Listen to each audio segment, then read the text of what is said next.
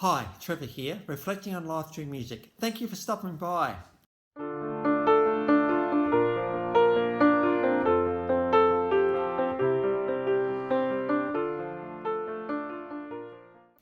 Well, coming again today, you're very welcome, and I trust you enjoyed my last video on Korean-born but Aussie Dami. She represented Australia at 2016 Eurovision with the song Sound of Silence. It's all about the things that are unsaid in relationships. I trust you found that one encouraging. Well, this guy today, who was born in 1946 in Alexandria in Egypt, he has released 38 studio albums and sold 60 million albums. So this guy, certainly in the 1970s and a little bit beyond, a much loved artist in the world. Demis Roussos was born. His dad was a classical guitarist and his mum was part of the amateur theatrical group scene. As a child, he studied music, particularly on Eastern Orthodox church choirs, but on top of that, he also was influenced by jazz and Greek Orthodox music. Because of the strife in the Suez Canal around 1956, their family emigrated to Greece, and that would really and truly become his homeland.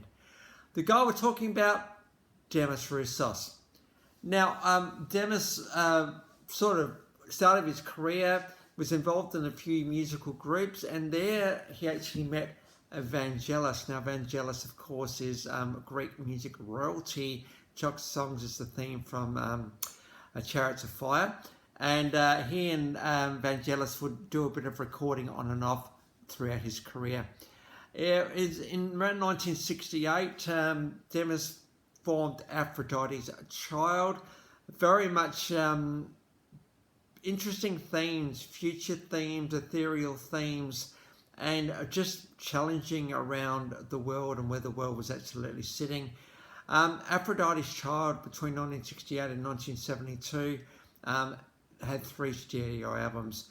I thought I'd better go back to a clip from that particular group, and we've got It's 5 O'Clock. We've got a studio clip on that one, and here you can see a very young Demis Roussos playing the bass guitar and singing. Make no mistake, this guy has got an absolutely stunning voice. He can get up very high indeed.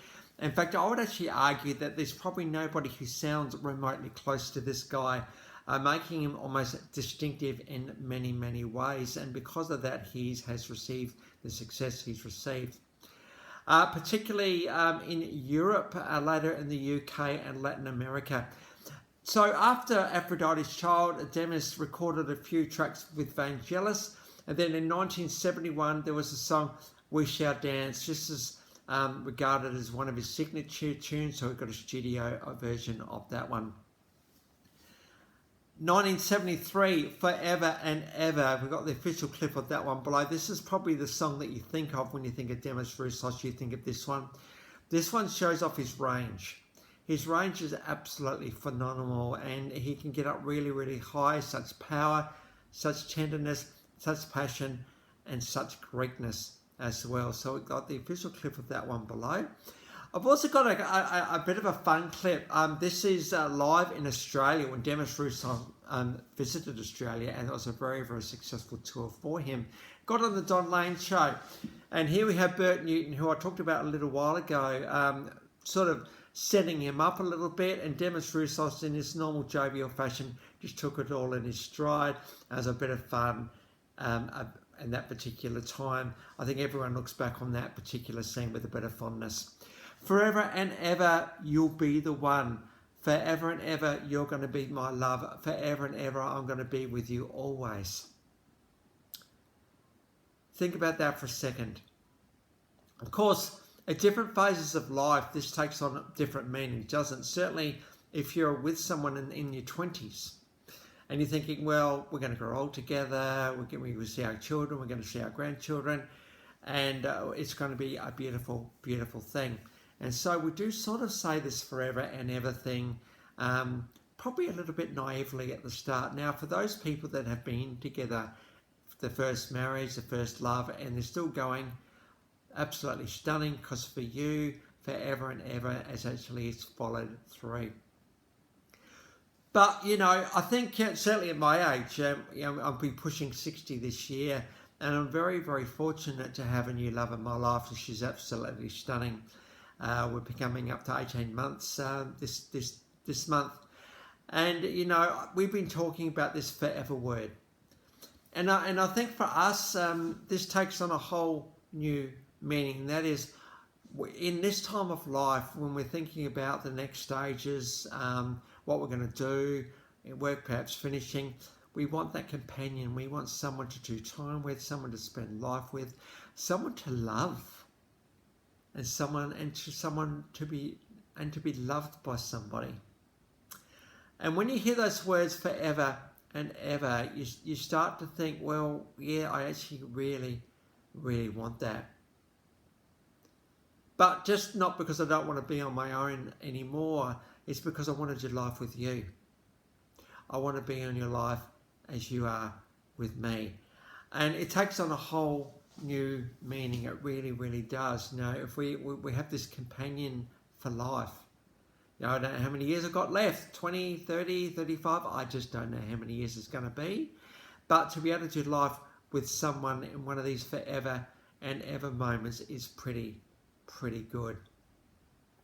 I think we can use the forever word a little bit too glibly at times. Forever is absolutely that, till death, until one person leaves this world, leaving the other person behind. That's what forever means. But it goes beyond, like, that implies a little bit of have to about it. But if you choose to do that and want to do that, well, forever becomes quite an exciting place to be in. And just further on that, it's like, well, can I trust this foreverness? We've looked at relationships, how often they don't go that well, and if we do see a relationship break up around us, we just hold each other's hand just that little bit tighter, because we don't want that to happen to us. So what do? We do everything we can to actually ensure that we can't future-proof anything, but we can do everything we can to actually keep us, and us is a word we use a lot, us as the priority. In times when there are challenges, and these might be external challenges, when we're just needing to be just that little bit closer and a little bit more attentive to each other. In those moments, it's important, I think, with forever in mind you, to just assure each other that we're doing okay, assure each other that we still love them and that you love them. And sometimes you just need to have the words, hey, you know what, we've got this.